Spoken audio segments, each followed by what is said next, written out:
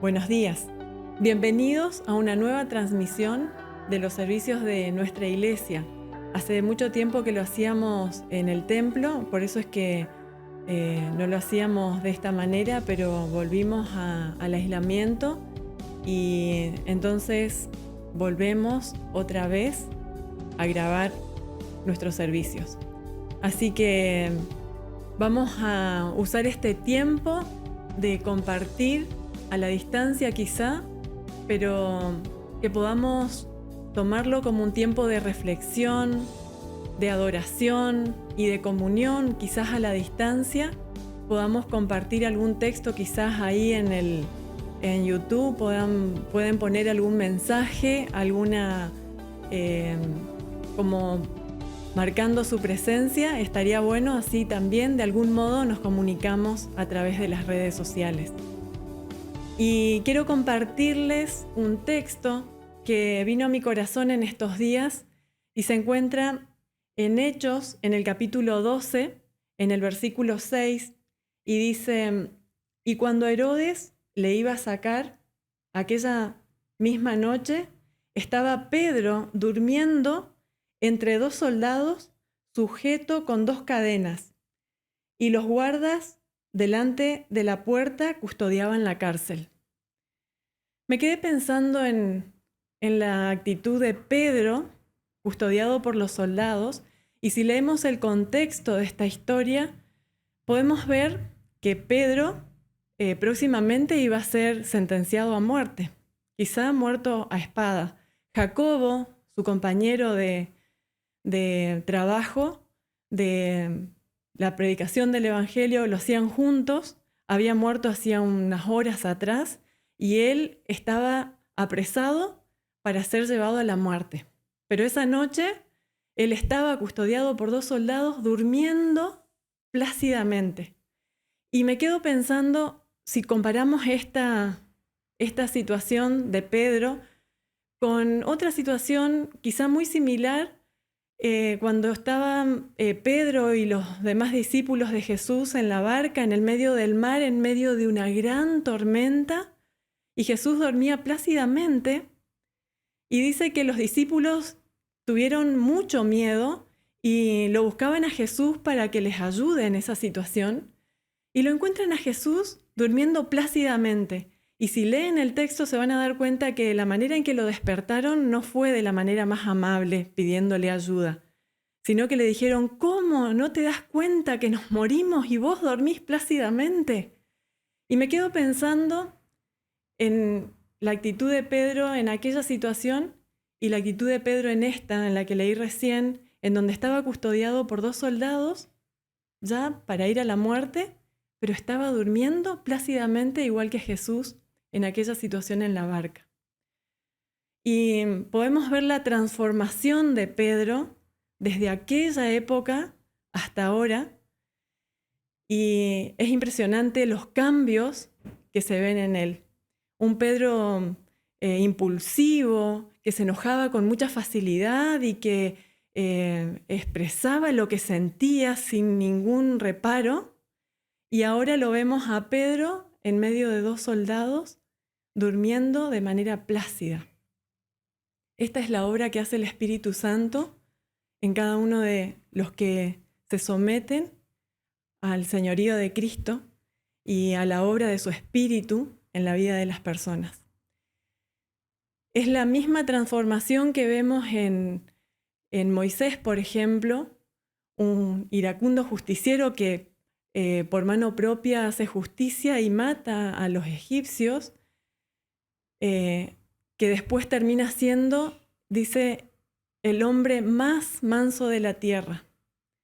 Es también la misma actitud que vemos de Pablo, un celoso perseguidor de la iglesia, a un fiel proclamador del Evangelio de Cristo. Hay una gran diferencia entre el inicio y el final de estas personas, cómo el Espíritu Santo hace una obra de transformación impresionante.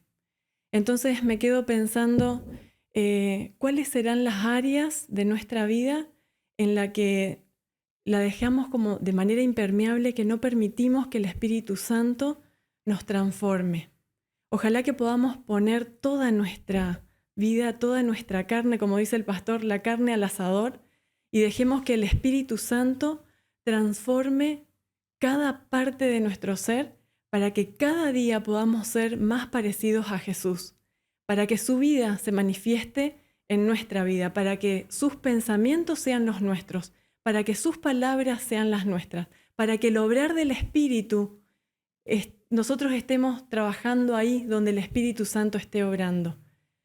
Así que les invito a hacer una sencilla oración y en este momento hacelo también en tu casa y decirle así: Espíritu Santo, en esta mañana te pido que mires cada parte de mi ser, mira en mi interior todo aquello que quizá no está del todo bien en mi vida.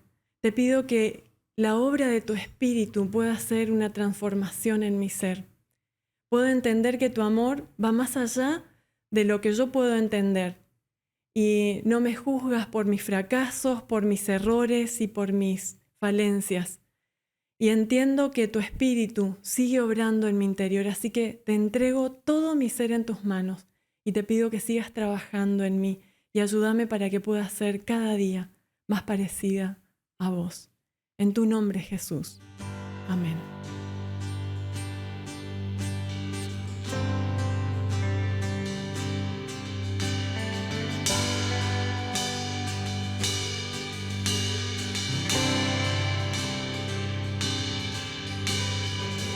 ¿Quién soy yo para que el gran Rey me acepte así? Encontró en mi perdición su amor por mí, oh, su amor por mí. Libre soy en él, libre en verdad. Soy hijo de Dios, si lo soy. Libre soy, Él me rescató, su gracia en mí.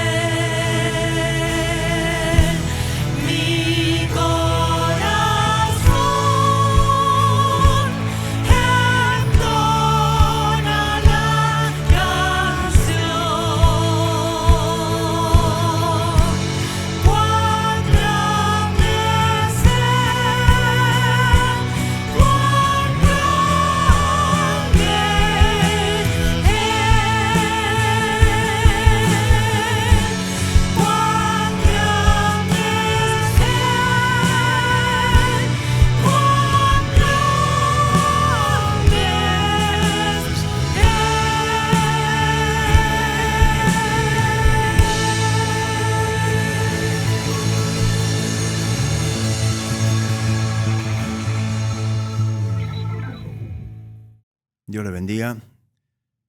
Gracias a Dios que podemos a través de este medio también comunicarnos y también bendecir el nombre del Señor, esperando en Él, esperando en su palabra, esperando en su propósito, en aquello que Él espera también de nosotros. Así que por causa de lo que no podemos juntarnos, tenemos que hacerlo de esta manera. Así que bueno, que Dios los bendiga a cada uno en el lugar donde se encuentran, donde están. Quiero compartir con ustedes algo que está en Jeremías capítulo 8. Dios habla a través de Jeremías a este pueblo de Israel. Siempre lo tenemos como referencia porque lo que Dios hablaba con el pueblo de Israel es lo mismo que es el pensamiento de Dios, porque Dios no cambia, Dios es el mismo. Si Dios no cambia, entonces tiene el mismo pensamiento, tiene la misma forma de ser, la misma forma de actuar, la misma forma de juzgar a cada uno. Entonces, mirando como referencia lo que nos enseña aquí en Jeremías, tenemos que entender también cuál es el pensamiento de Dios. ¿Cómo está Dios cuando nosotros actuamos conforme a lo que pasaba aquí en el tiempo de Jeremías?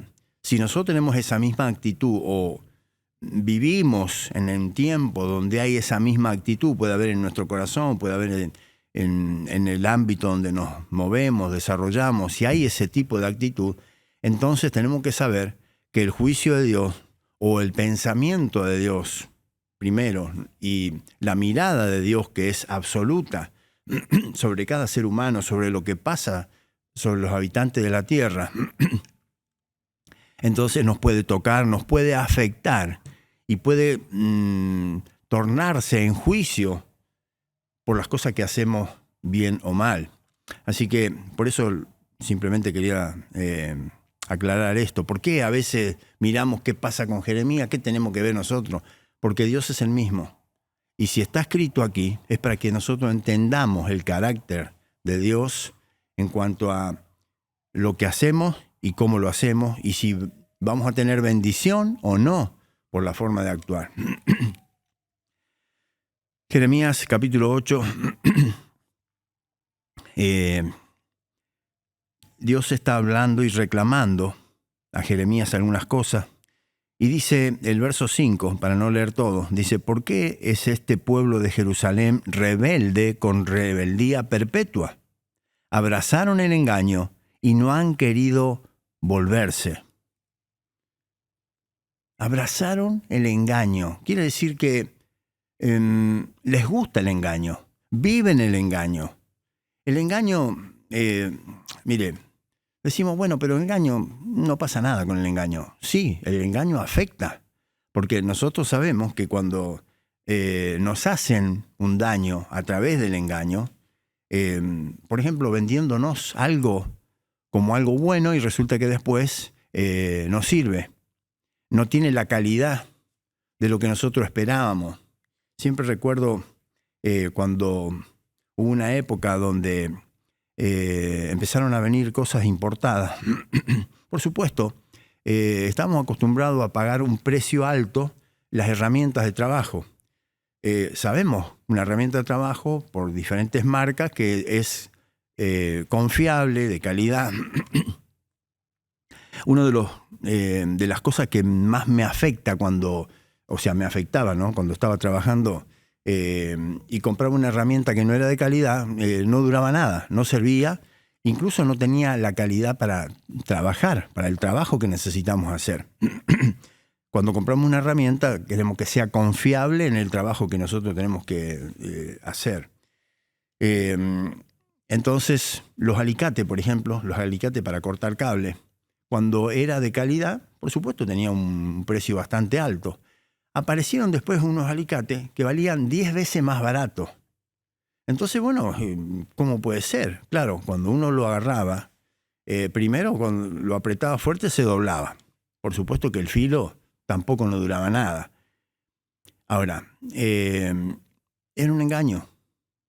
El verdadero alicate incluso no tenía, ni hacía falta que que se le cuestione la calidad, porque tenía una cierta marca y uno sabía que con eso uno duraba mucho tiempo. Pero después resulta que los otros, que eran un engaño, venían en un estuche. No siquiera lo podías probar porque tenías que sacarlo del estuche. Una vez que lo sacaba del estuche, se rompía. Y entonces, bueno, ahora tenía un brillo espectacular, muy lindo, parecía muy bueno. El problema era cuando se lo tenía que usar, cuando tenía que rendir cuenta de lo que era la realidad. Bueno, ese es el problema del engaño. Entonces, lo que nos está enseñando aquí esta palabra, abrazar el engaño. ¿Por qué a las personas les gusta abrazar el engaño? ¿Por qué él llega a vivir el engaño? Hay una seducción atrás del engaño, por supuesto, ¿no es cierto? El estuche, el brillo, más barato, diluido, podríamos decir, de la realidad. Y ese es el problema que nosotros hoy estamos viviendo. Vivimos en todo tipo de engaño. Y es muy peligroso. ¿Sabe? Mire, más adelante, el capítulo 9 de Jeremías dice, el verso 6, su morada está en medio del engaño. Por muy engañadores, no quisieron conocerme, dice Jehová. Por muy engañadores, no quisieron conocerme. Mire, esto quiere decir que el engaño nos aleja de Dios. El engaño, la persona que le gusta el engaño, no busca a Dios. Por supuesto, porque sabe que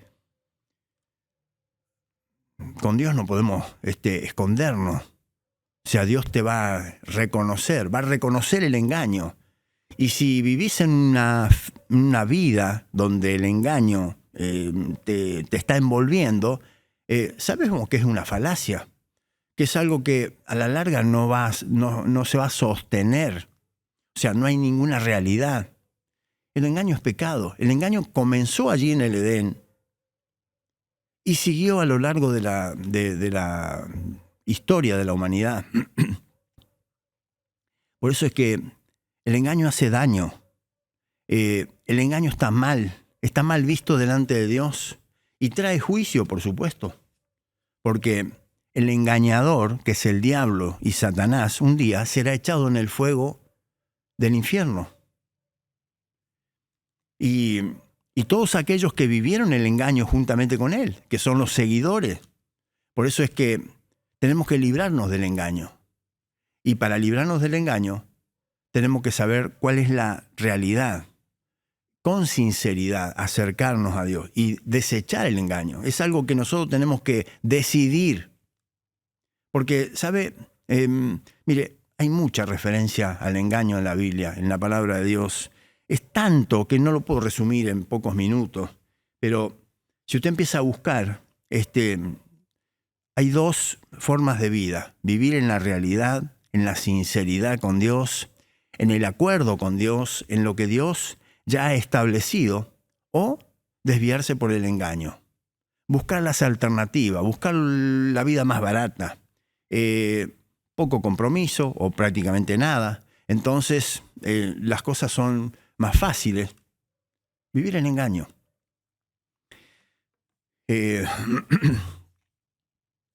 Mire, hay tantas cosas que podríamos mirar. En San Marcos, el capítulo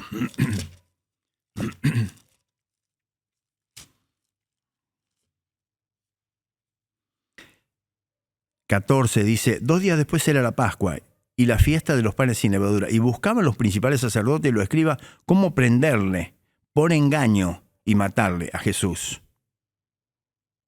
Y decían, no durante la fiesta para que no se haga alboroto del pueblo. O sea, lo querían prender por engaño. Mire, Jesús conocía la verdad. Jesús fue tentado allí en el desierto con el padre del engaño. Y por supuesto salió inmune.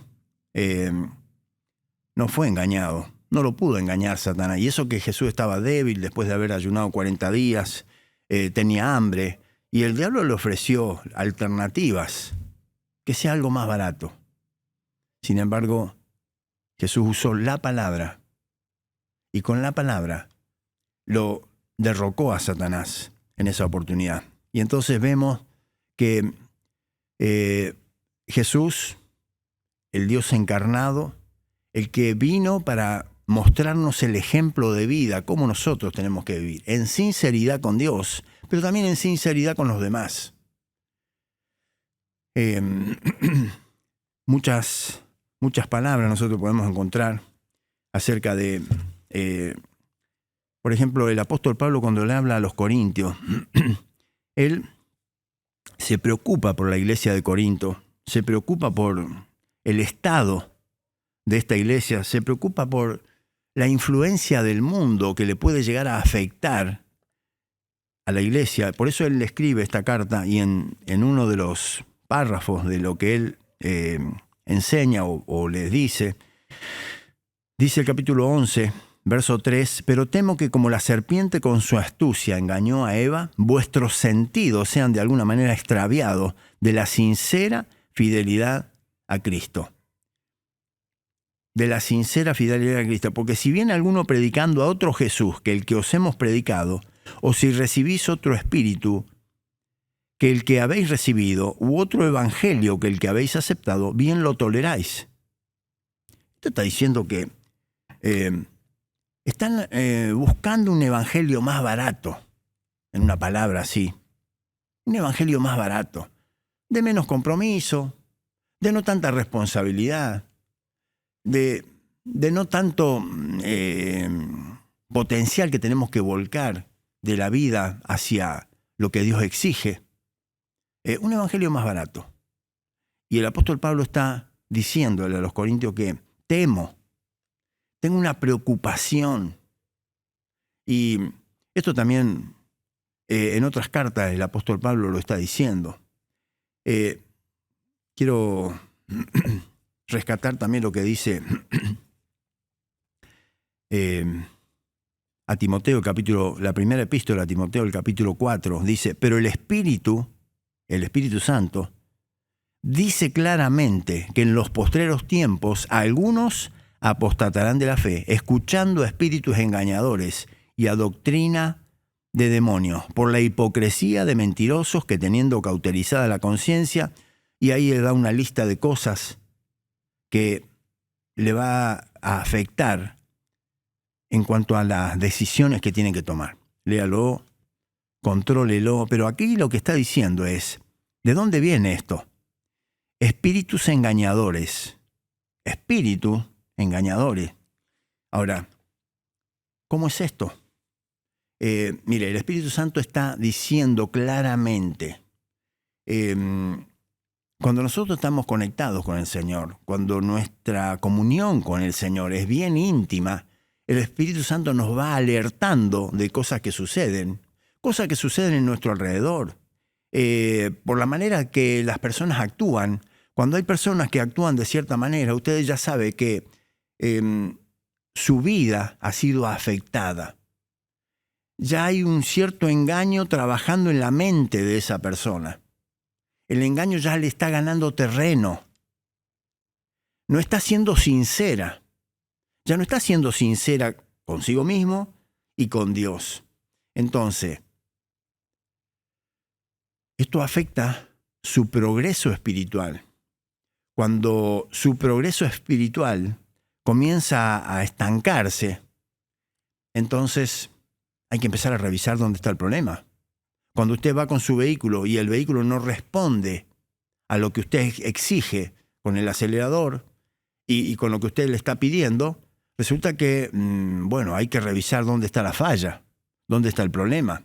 La vida espiritual, si no avanza constantemente, acercándose a Dios, buscando a Dios, es porque hay algo que está afectando en el ser humano, en la vida de la persona, pero también en el grupo donde uno se desarrolla. Cuando en el grupo de las personas no hay un crecimiento homogéneo, quiere decir que hay una afectación que hay que identificar. Y aquí lo que está diciendo, ¿dónde está la raíz? Espíritus engañadores. Espíritus engañadores. ¿Y por dónde vienen esos espíritus engañadores? Mire, nosotros sabemos que en este tiempo es lo que estamos viviendo esto. la apostasía. Personas que dejan a Dios y están buscando otras opciones más baratas, y se van desviando. Y a medida que se va alejando de Dios, es muy difícil una persona que viva del engaño, como dice ahí Jeremías, que viva en el engaño o que le guste el engaño, vuelva a Dios, porque sabe que en Dios hay un compromiso, hay una sinceridad y hay una responsabilidad nuestra que nosotros tenemos que responder. El apóstol Pedro también dice en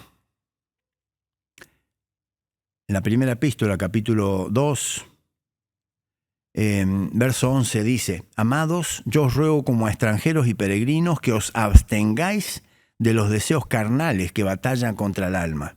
Esto es la clave. Deseos carnales. Mire, yo me acuerdo hace muchos años, se hablaba bien acerca de la diferencia entre vivir la carne y vivir el espíritu.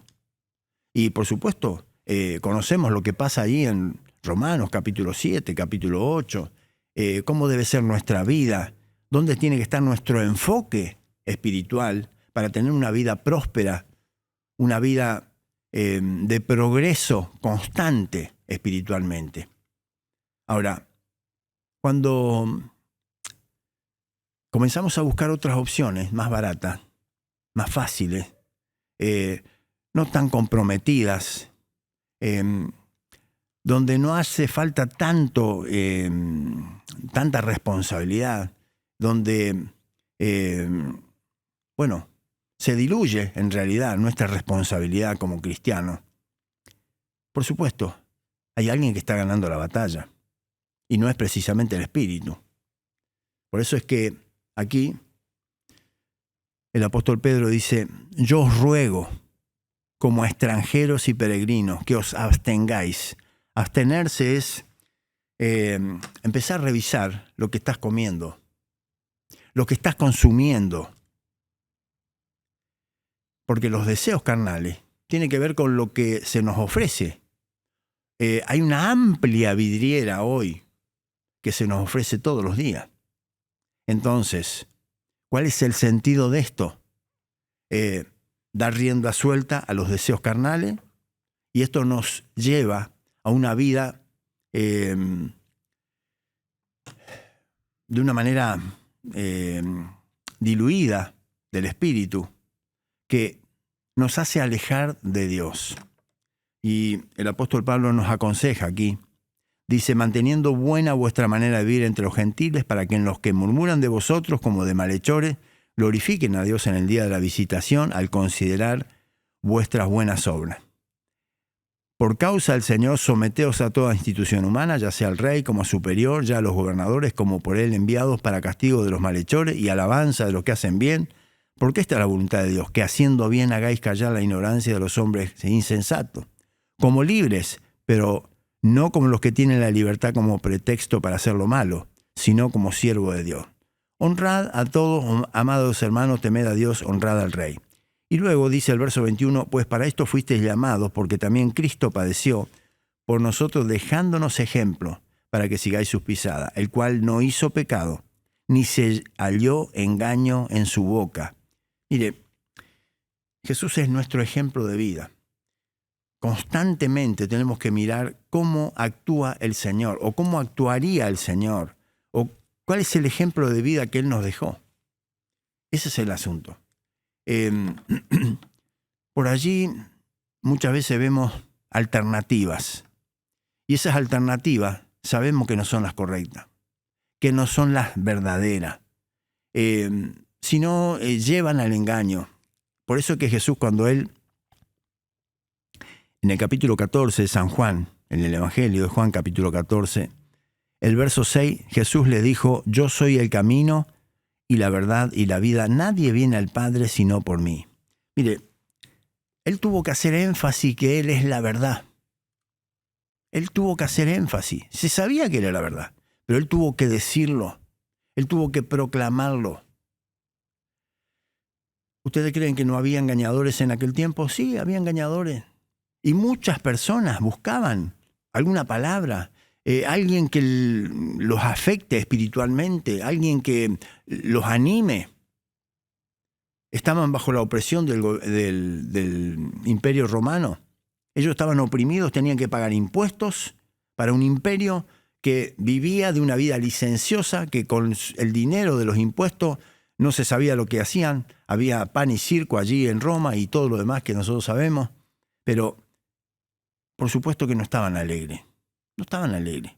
Necesitaban palabras de sustento espiritual, palabras que les den ánimo para trabajar, para vivir, para responder a lo que realmente la vida nos exige a cada uno. Pero Jesús viene y dice, yo soy el camino, la verdad y la vida. Había toda clase de ideología, había toda clase de palabreros, estaban allí los que estaban administrando la verdad de Dios. Y Jesús cuestionó muchas de las cosas que ellos hacían, muchas de las cosas. Las actitudes que ellos tenían, les estaba cuestionando. Por eso es que Él nos enseña de que Él es la verdad.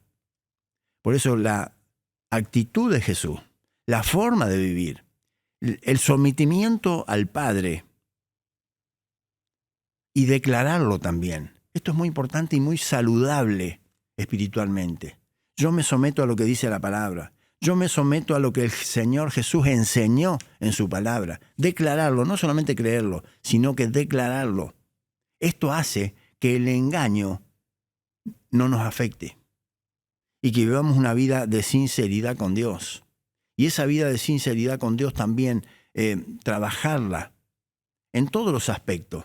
Entonces nos liberamos cuando nosotros proclamamos de que somos así y que vivimos la verdad y que la verdad nos va a hacer libres. Y vivimos en la libertad de la verdad.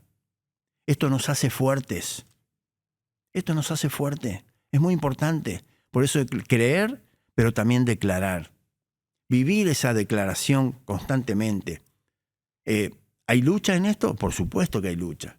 ¿Tenemos lucha siempre? Siempre vamos a tener lucha. Siempre va a haber alguien que nos va a venir a probar, a ver cómo andamos de fidelidad a Dios, cómo andamos de la verdad con Dios, de nuestra sinceridad. Si realmente respondemos en los momentos difíciles, si somos como la herramienta confiable o nos doblegamos cuando tenemos exigencias. El ejemplo de vida que Jesús nos marcó no es tan difícil, es algo de todos los días, paso a paso, día a día. Es algo que tenemos que cultivarlo y tenemos que compenetrarnos en las actitudes, en cada situación. Y esto nace en el espíritu de la persona. Por eso cuando vemos el engaño de lejos ya tenemos que desecharlo. Cuando conocemos que hay algo que está mal, si no lo sabemos, por ignorancia, estudiar la palabra. Pedir al Espíritu Santo que nos enseñe. ¿Sabe? El Espíritu Santo te va a aclarar las cosas. El apóstol Juan, ahí en su epístola, él dice, el Espíritu Santo va a enseñar todas las cosas. Porque Jesús también aquí lo dijo.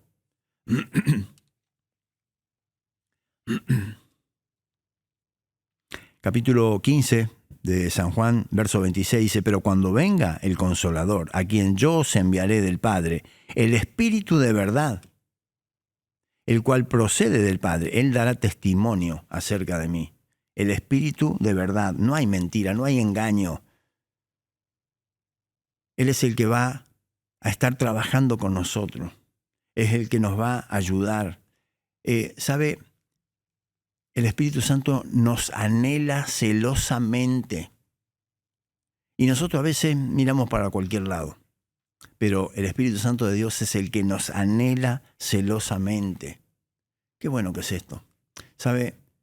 Cuando nuestra vida decidimos vivir en integridad delante de Dios, no importa lo que pase, no importa los problemas que hay a nuestro alrededor, sabemos que hay alguien que nos está sosteniendo, que hay alguien que nos está dando cobertura y nos va alertando cuando hay cosas que están mal.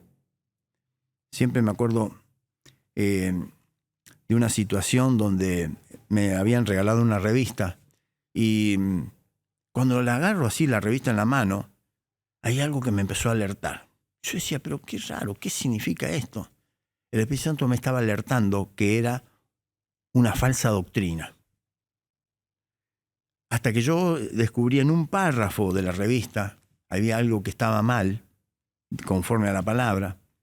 Ahí recién, de primero parecía todo bien, muy bonito, muy lindos colores, muy lindas temáticas, temas actuales de la actualidad. Muy linda la revista, muy buena, pero había un engaño atrás. Un espíritu de engaño. ¿Sabe? Para liberarnos del engaño, tenemos que conocer al verdadero, que es nuestro Señor Jesucristo. La vida que Él vivió nos demostró, y los discípulos dan testimonio de que no había engaño en Él. Como dice ahí el apóstol Pedro. No había engaño en Él. Qué bueno. Mire, cuando usted entrega su vida al Señor Jesucristo, usted entrega su vida a Dios, el Espíritu Santo es el que le va a estar hablando. Aquí en este capítulo 14 de Juan dice que si ustedes permanecen en mi palabra y se afirman en ella, dice, vamos a ir y vamos a estar con vos.